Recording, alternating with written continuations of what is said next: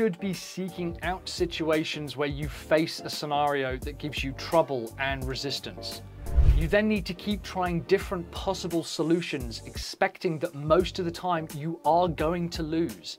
Eventually, you'll hit on something that works for you. It may be something that no one has ever tried in that situation before, or it might be a classic response that you put a different twist on.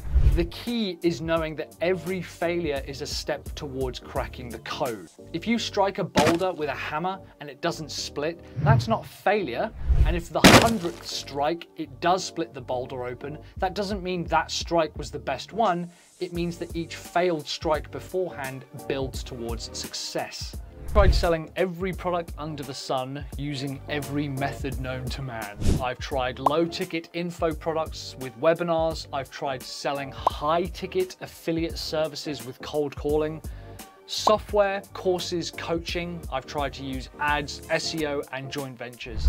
Now, eventually, I've found the method that I'm using now, which is absolutely crushing it, which is a mixture of high-ticket coaching, ads, organic social, and sales call. But each method can work for other people and other businesses and other markets.